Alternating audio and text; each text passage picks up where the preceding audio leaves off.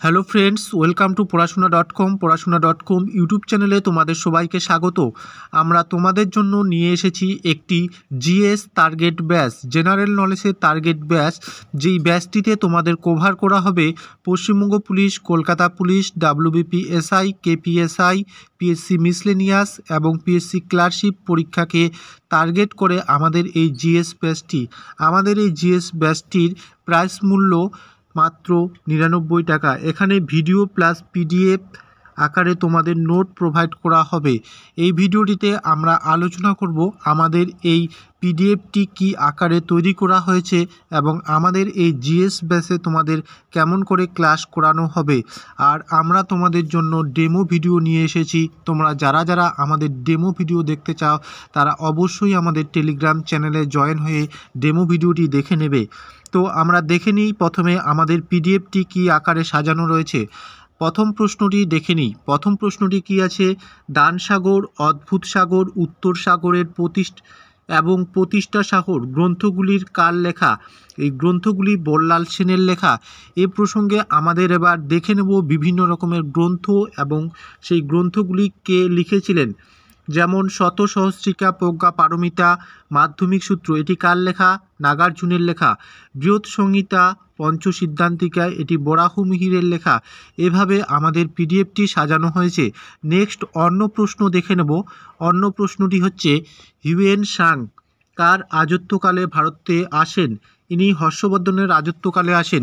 এ প্রসঙ্গে তোমাদের মনে রাখতে হবে যে হিউয়েন সাং কোন দেশ থেকে আসেন? চীন দেশ থেকে আসেন।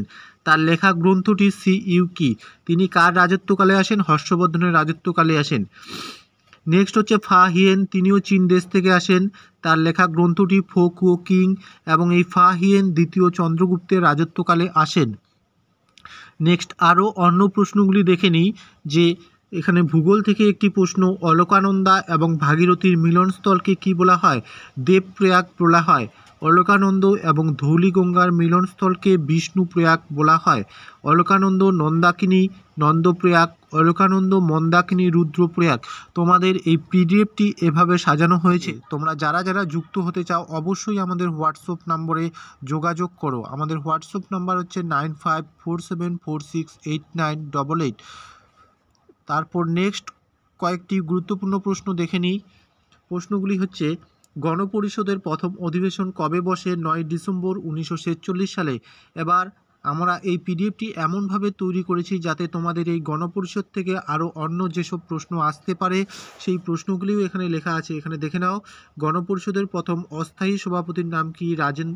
ডক্টর সচ্চিদানন্দ সিনহা। 9 থেকে 11 ডিসেম্বর 1946 সাল পর্যন্ত ছিল এবং গণপরিষদের স্থায়ী সভাপতি হন কে? ডক্টর রাজেন্দ্র প্রসাদ। ইনি 11 ডিসেম্বর 1946 সালে জয়েন করেন। নেক্সট হচ্ছে, গণপরিষদের জাতীয় পতাকা গ্রহণ করা হয় 22 জুলাই 1947 সালে। এবং এখানে কি আছে? জাতীয় পতাকার নকশা করেন পিঙ্গালি ভেঙ্কাইয়া। জাতীয় সঙ্গীত গৃহীত হয় 24 জানুয়ারি 1950 সালে। গণপরিষদে ডক্টর রাজেন্দ্র প্রসাদকে রাষ্ট্রপতি হিসেবে নির্বাচিত করা হয় কত সালে? 24 জানুয়ারি 1950 সালে। নেক্সট আরও গুরুত্বপূর্ণ প্রশ্নগুলি দেখে নাও। এখানে দেখে নিই আমরা যে বিশ্ব অর্থ ভাণ্ডার বা ইন্টারন্যাশনাল মনিটারি ফান্ড এর সদর দপ্তর ওয়াশিংটন ডিসি। এটি প্রতিষ্ঠিত হয় 27 ডিসেম্বর 1945 সালে। কয়টি দেশ নিয়ে? 29টি দেশ নিয়ে। এবং IMF এবং IBRDকে কী বলা হয়? ব্রেটন উড টুইন্স বলা হয়। এবার আমরা এখানে দেখো কিভাবে পিডিএফটি সাজানো হয়েছে। IBRDর কি ফুল ফর্ম কি? International bank for reconstruction and development. এখানে এবার দেখে নাও IBRDর হেডকোয়ার্টার কি? Washington DC. তো এভাবে আমাদের এই পিডিএফটি সাজানো হয়েছে। তোমরা অবশ্যই আমাদের এই পিডিএফ এবং ভিডিও আকারে যে পিডিএফটি আছে, কোর্সটি আছে, তোমরা এই কোর্সটিতে জয়েন হয়ে যাও। আশা করি তোমরা অনেক অনেক হেল্পফুল হবে এবং তোমাদের পরীক্ষার আগে পর্যন্ত আমরা কমপ্লিট করে দেব তোমাদের সিলেবাস।